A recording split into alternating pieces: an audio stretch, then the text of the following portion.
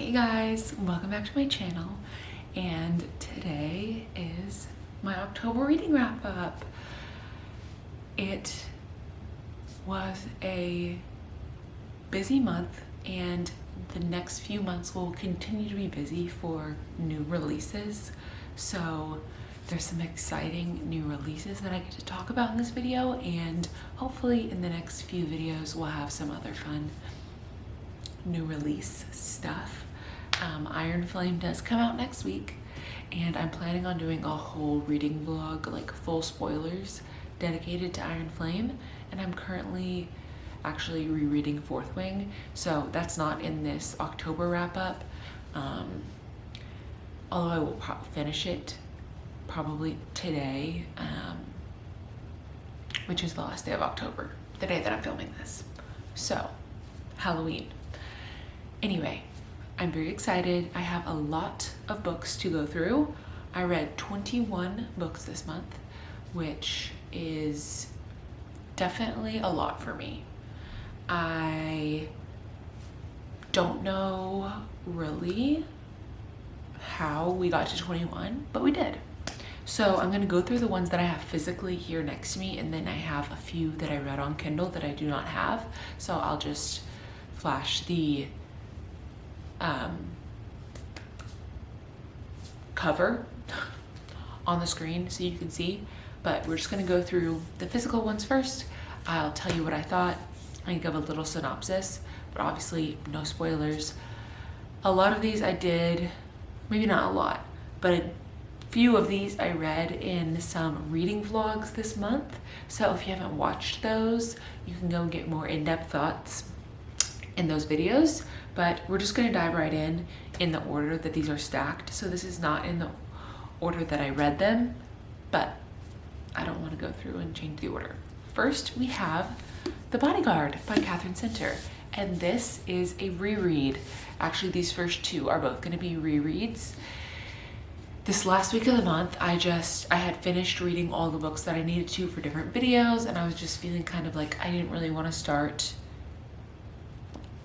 anything new, and I find comfort in rereading books that I know that I love, and that's what I did. So The Bodyguard by Catherine Center, this is a 5-star read for me that I read, I believe, for the first time around this time last year. It looks like it was in July of 2022. So I did read this last year. Basically the premise is it's kind of a gender swapped, like, traditional bodyguard story. The girl, our friend Hannah, is the bodyguard, and this boy here, Jack, is a famous actor, and she is protecting him. But in order to kind of keep it a secret from his family that he's in danger because his mom is sick, she pretends to be his girlfriend. And obviously one thing leads to another. It has a few really cute moments where she talks about how kind of her imposter syndrome of not feeling like she's worthy of being loved by this very famous and attractive man. And it's just so good and relatable. And I think Catherine Center, this is her most like rom-com-y book that she writes, I think, but there's still some of those elements of women's fiction that make it a little deeper and a little bit more relatable. So this is a good one, and I loved it just as much on the reread. And such a quick read. I think it's like 300 pages, and I finished it in one day. So that's always good, at least for me. Next, I have Love on the Brain by Ali Hazelwood. This is her second book. So the first one she came out with was Love Hypothesis. And then this year, what just came out this year? Love Theoretically just came out. So this is the second one. And this one, I will say this once and I'll say it again, for Ali Hazelwood books, they're kind of carbon copies of the other as far as like the types of characters. Like the main guy is always kind of the same, really tall, dark, brooding guy, and the female main character is always the same, a short, spunky, like unique girl. But I love that, and it's comforting to me, which is why I picked this book up, because I knew what to expect. I have read this one before. Again, this was a reread, but I love Levi. I think he's such a great MMC, and just the way that him and B kind of, I don't know, I like them together a lot in this. And I do think this particular one of her books, except for the little novellas, which I have read and listened to, those are spicy. This, I think, is the most sexy. Like, there's the most of that in this book out of her 3 full-length novels. I have not read her YA book, which is Check and Mate. So obviously that one doesn't have spice, but I think this one does have the most out of her 3 like full-length novels. And basically the premise is B gets this opportunity to work on this big project in Houston at NASA, and Levi already works there. They're going to be co-leads on this project. But B and Levi have a history. They went to grad school together and they did not get along. So it's kind of enemies to lovers, except like how much of an enemy can you be? They just didn't get along at grad school. Or at least that's what B thinks. But there's a different side to the story. So anyway, of course.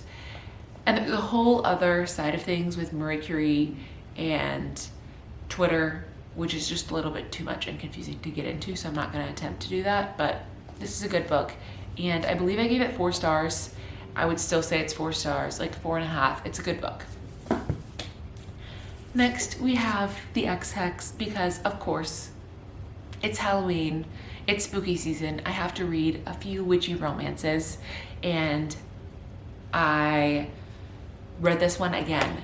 This is like 300 pages. A short, sweet little rom-com.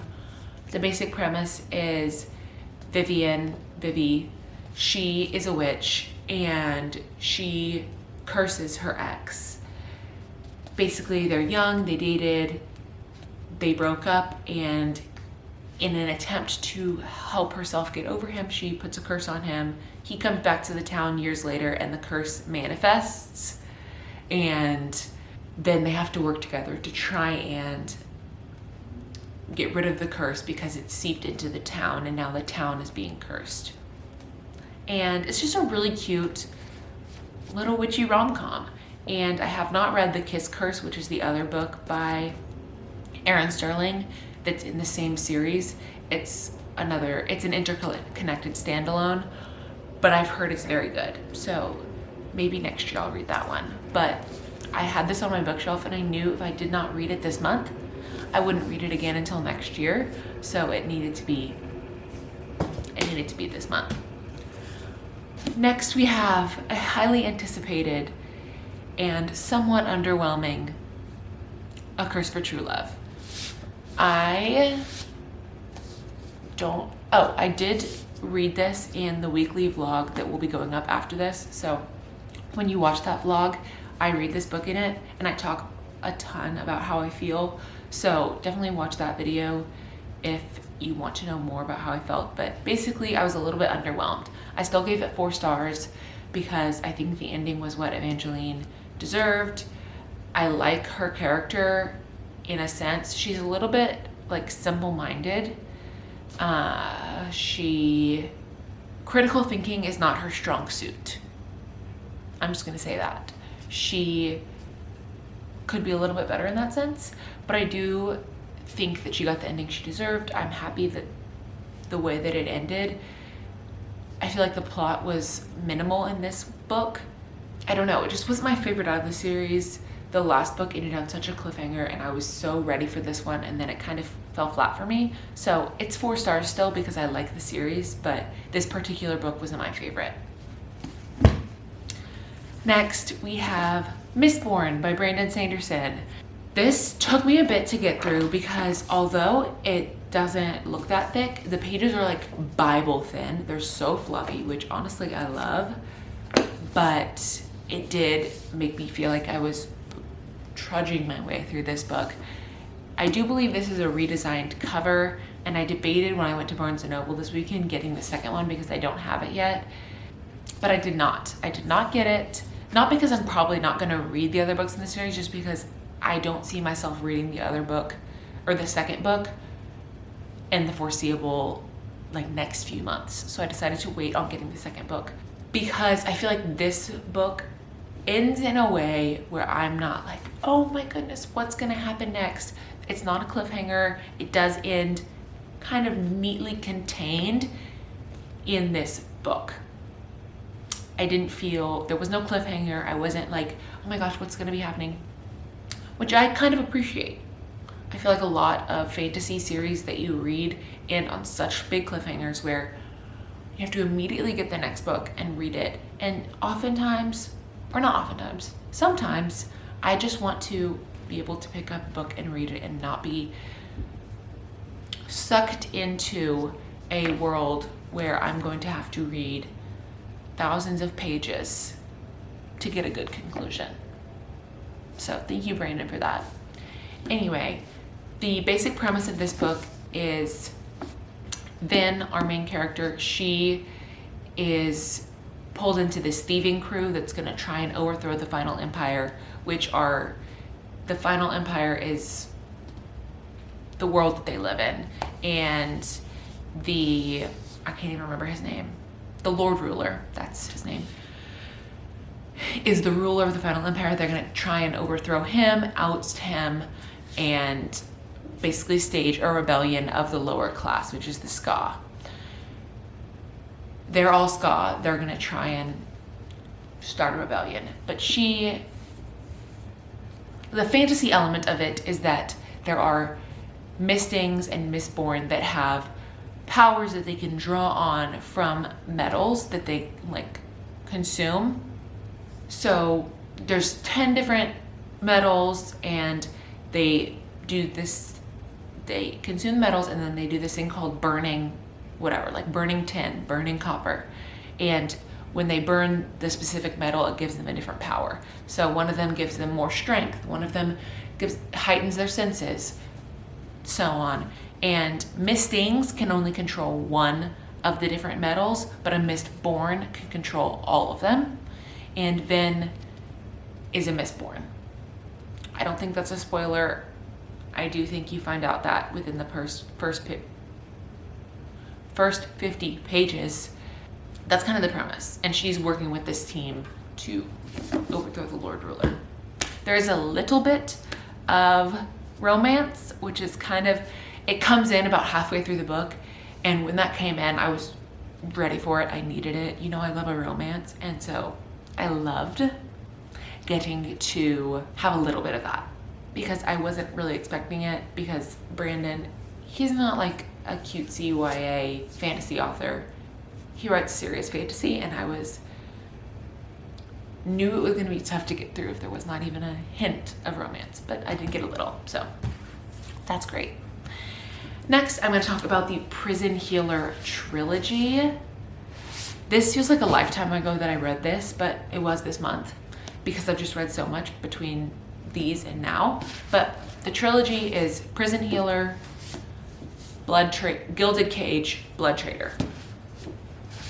And I'm basically only going to talk about Prison Healer because once I start talking about the other ones, it will start spoiling this book if you haven't read it. So the basic premise in this whole world is the royal family a while ago split, and the current ruling family has elemental powers where they can control earth, fire, water, air. And the other side of the family that's not ruling anymore, they're the rebels now. And they have healing power, or the ruling family passes from generation to generation, healing power. No one else except for the royals has powers. That's good background to know.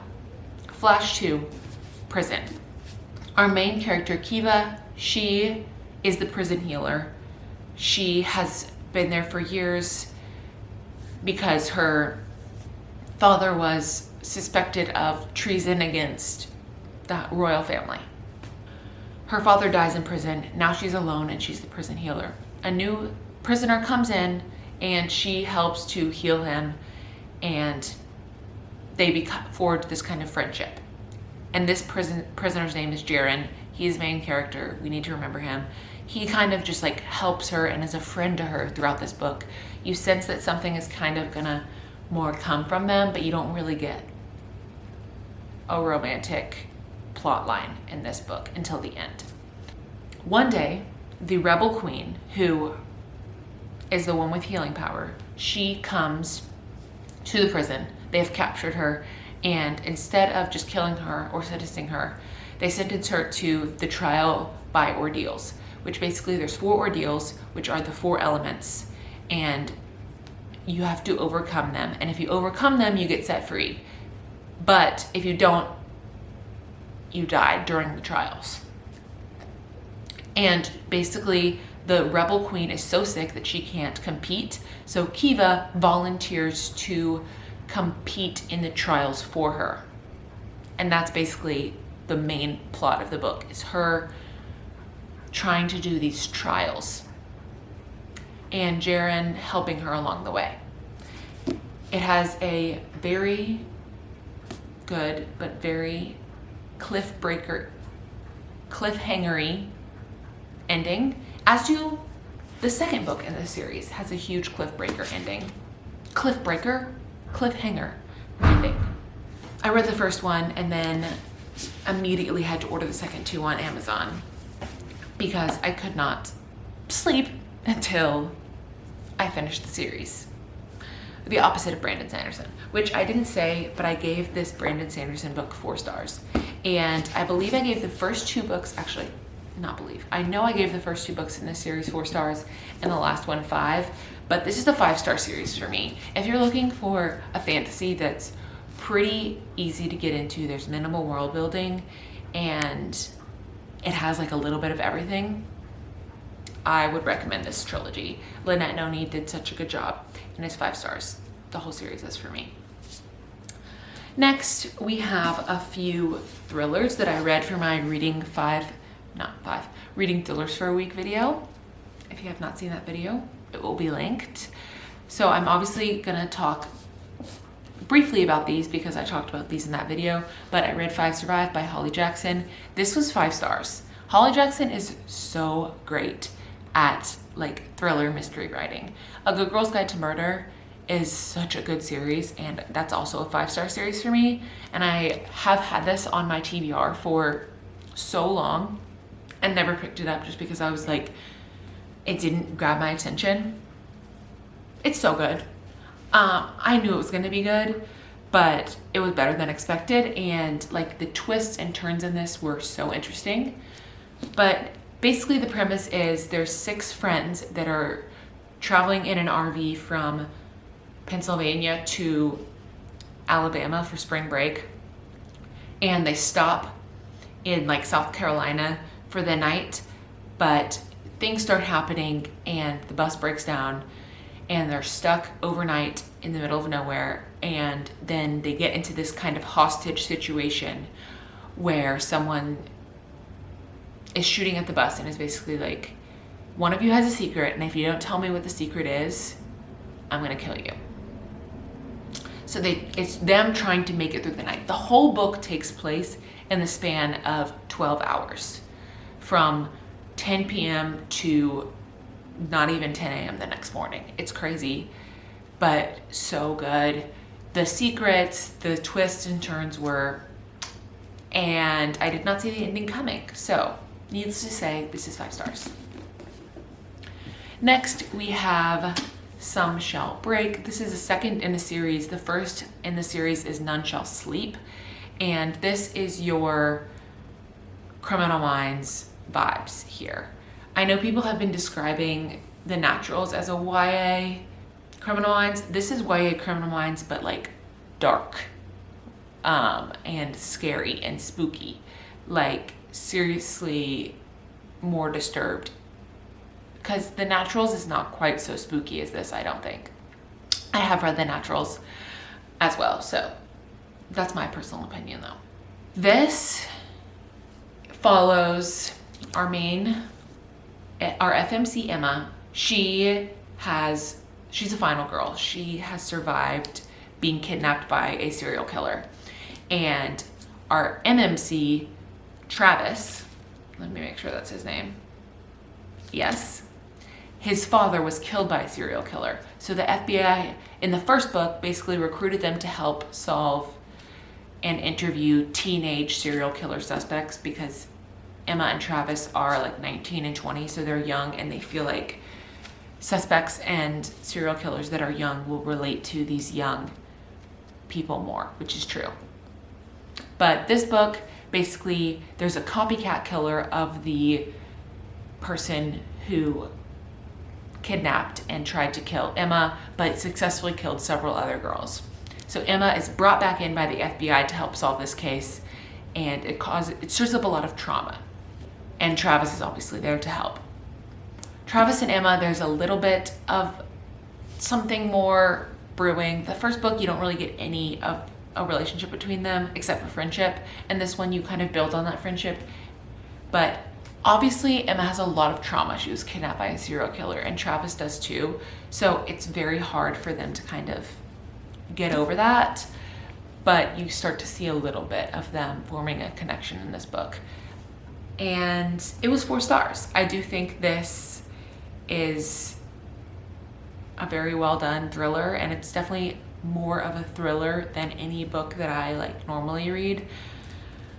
I get scared easily, so I don't read a lot of like spooky thrillers, but that one is that's in my wheelhouse. And finally, for my mystery thriller video, I read This Book Kills by Ravina Guron. This is also 4 stars. This was giving dark academia, but like gray academia. It wasn't so dark because it is YA, whereas some of the dark academia, like I read, what's that Olive Blake book? If We Were Villains. That's not Olive Blake, that's ML Rio. It's definitely not as dark as If We Were Villains, but it has some of those same elements of dark academia. The school setting, the very prestigious boarding school, and obviously someone is killed. So the basic premise is Jess, our main character, she's a scholarship student at this very prestigious school, and she writes a paper for a class. It's a short story that's a murder mystery, and someone is then killed, and it uses the elements from her short story, which are very distinctive, in the killing of this person. And so she's a suspect, but also she's working with her friends to try and figure out who killed this person and how and why. There's a lot of crazy things. There's twists. It's a mystery. Like, some things I did predict and some things I did not. So it was a little bit of a give and take. Some things it's like, oh, they're mixed up in this. Oh, I saw that coming. And then some things I was like, oh, didn't see that coming, not at all. And that's what I love, a little mix of both. So I feel like I'm kind of smart, but also not so smart that I like solve the whole thing and then I don't really like it because I figured it out before the ending. Anyway, next we have Life's Too Short by Abby Jimenez. This is the 3rd and final book in the interconnected standalone series, which is The Friend Zone. The first one is The Friend Zone, then the Happy Ever After playlist, and then this one, Life's Too Short. This book, I believe I gave 4 stars. Let me check on my Goodreads because I read this at the very beginning of the month. I did give this book 4 stars. I think Abby Jimenez is a very good romance author where you can pretty much always count on her to write a good book. There's elements of the romance that are so good, but also real struggles and a real conflict that feels relatable to the real world, and it's not so like bubbly and separate from everything. Basically, the premise of this book is Vanessa, our main character, she comes from a line of people in her family having ALS. And she basically decides that she's probably not going to live past the age of 30, so she's going to live life to the fullest. And she has this YouTube channel where she travels a bunch and basically does like bucket list items. Our MMC, Adrian, he is a lawyer, he's very stable, and they meet because Vanessa ends up fostering her niece. Her sister is troubled and an alcoholic and drops off her baby with Vanessa. And Vanessa ends up caring for this baby, and Adrian is her next door neighbor and ends up coming over one night because he can't sleep because the baby is crying and helping Vanessa with the baby. And they basically form this friendship with a mutual attraction, but they've decided it's just going to be friendship turned more. But Adrian doesn't realize that Vanessa is probably going to die, and they have a conflict over it, and that's kind of all I can say about that. It's very good. I think Abby Jimenez can always be counted on to write a good romance. This is the final book that I have a physical copy of, and that is The Nanny by Lana Ferguson. This book was 4 stars for me. The age gap in this is not super big, but even a little age gap, I'm like, oof. And a single dad, ugh. Like, those tropes get me. They're some of my favorite tropes of like age gap, single dad. I love it. Now, I was a nanny for years, and I don't necessarily love the idea of like the nanny sleeping with the dad. It kind of icks me out because I was a nanny, but that's besides the point. I still enjoy this book and thought it was really sweet and funny. Like, the chances of me giving a book like this 5 stars ever are slim. I know that going into it because I'm not expecting this to like really change my world or be my next favorite book. But I'm never expecting to give a book like this anything less than 3 stars. A book like this, in my mind, going into it, I'm going to either give it 3 or 4 to me because in principle, the content is not going to give me a 5-star feeling. And it's also, unless it's horrible, which has happened, and I have given books like a sweet rom-com 2 stars before, it's not going to be 2 stars. And then there's just basically 2 levels of like books that I really love that are like sweet and like have me kicking my feet about the romance, and books that are just like fine, and that's a 3 star. This was 4 stars. I was kicking my feet, I was smiling, I was giggling. I really loved them. Cassie is such a good character, and Aiden is also, I love that he's a chef. That's so sexy, so hot. I think that's such a sexy job, and I love it. Very DILF vibes. And basically, she's his nanny, but the twist is, in the past, she had an OnlyFans, and basically abruptly left OnlyFans because something happened with this one guy. Turns out he has been on her OnlyFans and followed her OnlyFans.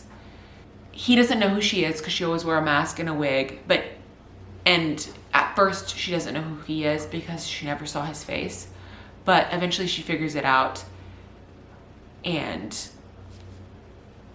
we kind of unravel from there. And that's that. Those are all the books that I have physically with me. Now we'll go through the books that I read on my Kindle. First, I read the new Percy Jackson book. I read Percy Jackson and the Chalice of the Gods in a video. I gave this book 4 stars, mostly for the nostalgia. I love Percy Jackson. I have loved him for years. I'm so excited for the new TV show to come out. Percy and Annabeth are goals. I love them together. Percy will always have a special place in my heart. This book, I mean, it's a middle grade series, Percy Jackson is. It is definitely not a series that I would pick up for myself now. Does that mean I did not enjoy this book? No. Is it simple? Yes. I still enjoyed it. I still gave it 4 stars. The basic premise is post All Things with Percy Jackson and the Olympians and Heroes of Olympus. Percy is finishing up his senior year of high school and trying to get into college in New Rome. But in order to get in, he needs recommendations from gods. And so he goes on a quest for a god that needs to get his chalice returned to him. And in exchange, he's going to give Percy a recommendation letter. So that's the premise. They go on this quest all through New York City to find this god's chalice and get a recommendation for Percy to go to college. It's sweet, it's funny. I loved it for what it was. 4 stars for me. Next, I read Enchanted to Meet You by Meg Cabot, who is the author of The Princess Diaries, which I did not know. But I read this book for my book club. Again, another little witchy rom-com. I think I liked The Ex-Hex more than Enchanted to Meet You, but they're kind of similar. How different can a witchy rom-com be? The main character is a witch. She owns a clothing store, and basically as a teen, she used a love spell on someone to make them fall in love with her, and then realized she was ruining this person's life and tried to reverse this love spell, but it caused some issues. And now our main character, our MMC, comes into the picture claiming that he works for a witch governing body, and the town that she lives in is in trouble, and it's up to her to save it. And they kind of work together to train this young witch and help save the town from impending doom. And there's a romance. And that's that. This was 3 stars for me.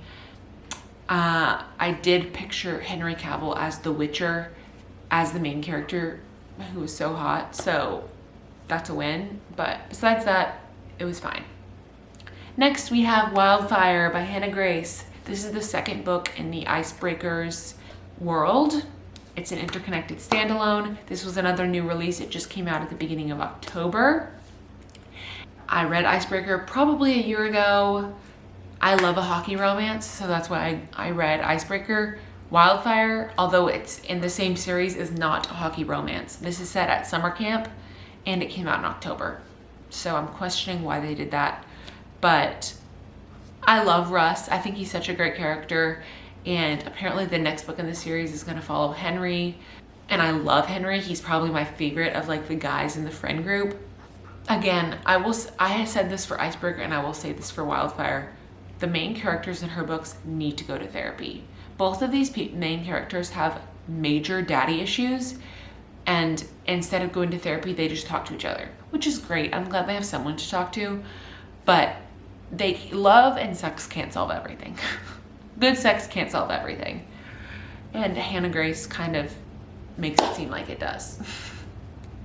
Basically, our main character, Russ, and our FMC have a one-night stand at a party, and then they both think they're leaving for the summer to go work at camp. Turns out they're both working at the same camp, and they have to work together. It unspools from there. There's basically rules at camp about not having relationships with other counselors, yada, yada, yada. They have like a secret relationship and have a lot of trauma to unpack together. But I do think Russ is such a sweetie pie, and he's like so shy, and I love him for that. So this was 4 stars for me. As I said with rom-coms, my rom-com scale is a little different from my like just normal book scale. 4 stars. Next, I read Boyfriend Material by Alexis Hall. I love Red, White, and Royal Blue. And I was hoping and praying that this book would give me the same feeling as Red, White, and Royal Blue, and it definitely did in some places. like something about a British man. Oh, I just love it. And the relationship between the two men in this book is so good. Luke is basically the son of two formerly very famous like pop stars or rock icons. And so he's peripherally in the public eye, but he works at a nonprofit and he gets some bad press, and his boss basically tells him, you need to rehabilitate your image or we're gonna have to fire you because our donors don't want to give money to this place if you have a bad image. So he enlists the help of Oliver to be his fake boyfriend for a few months to rehabilitate his image, because Oliver is a barrister, which is a lawyer, and he just a more refined gay man. And Luke is not. So they enter into this fake relationship. You know, one thing leads to another. I love it. I love them. And there's two other books, or there's another book which is husband material, and then I think a third one that maybe isn't out yet called father material. So I'm really excited. I love these characters. Will I read the other books? Maybe. This is on Kindle Unlimited, so if the other ones are on Kindle Unlimited, which I'm sure they are, I would love to read them as well. Next, we have a book that I read on Audible.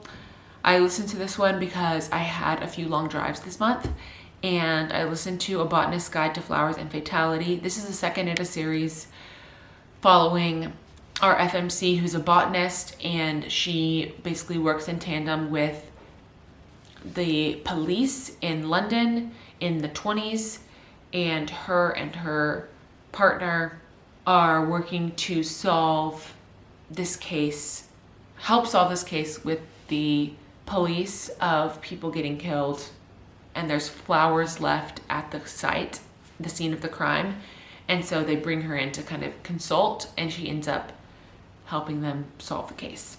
It was 3 stars. Next, we have another new release. We have Hopeless by Elsie Silver. So I think this is like our 5th new release of the month that I read. I was feeling overwhelmed. I was like, oh my gosh, all these new books are coming out. I have to read all of them. So then I ended up reading 21 books. The next 2 are actually new releases, which is great. Hopeless, the final book in the Chestnut Springs series. We finally got Beau. I love Chestnut Springs. This is a 5-star series for me, and I was really excited for Beau's story.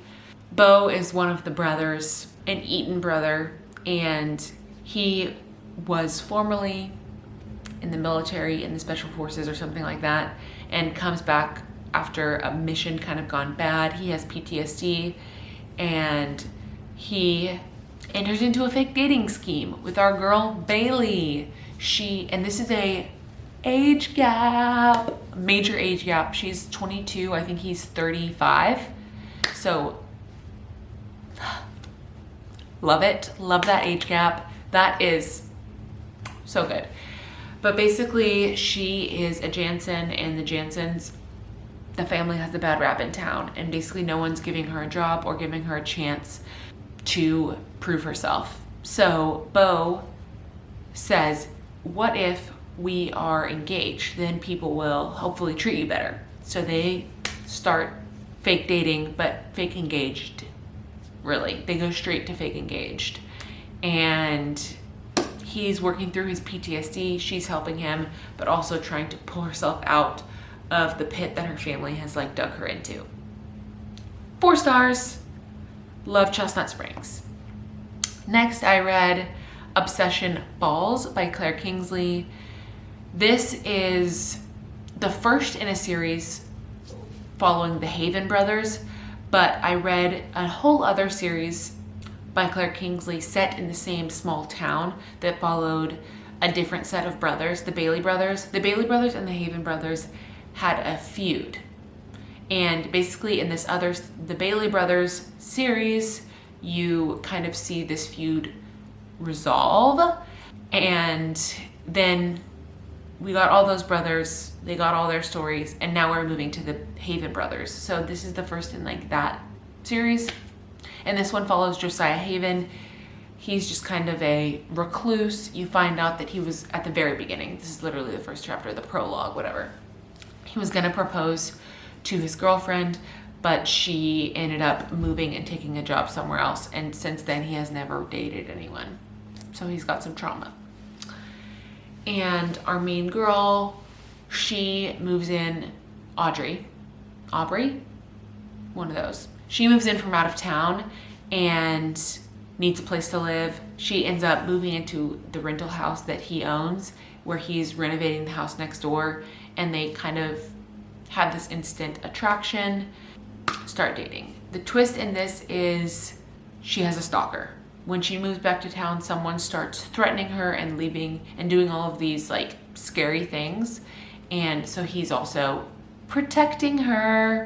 So there's kind of that trope in there as well of him protecting her, but also them trying to figure out who this stalker is. Hence why the name is Obsession Falls. Anyway, this book was 3 stars. And then finally, I read The Fall of Bradley Reed. This is also, I believe, a series by Morgan Elizabeth, where each book is a different season. There's like the summer of whatever and the spring of yada yada. But I have not read any of those. I've only read this one because it's like, oh, it's fall time, I want to read this. Well, it's fall. So I did. And I don't know if I need to have read the other ones, but I didn't.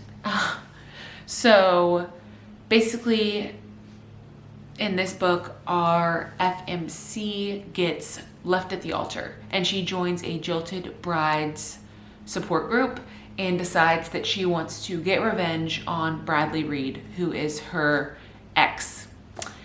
And while she's doing that, you get the MMC's perspective. He is an FBI agent who is basically watching her phone, tracking her, because Bradley, her ex, is involved in a scam. He's basically been stealing from his clients, but all of her name is on all of the papers.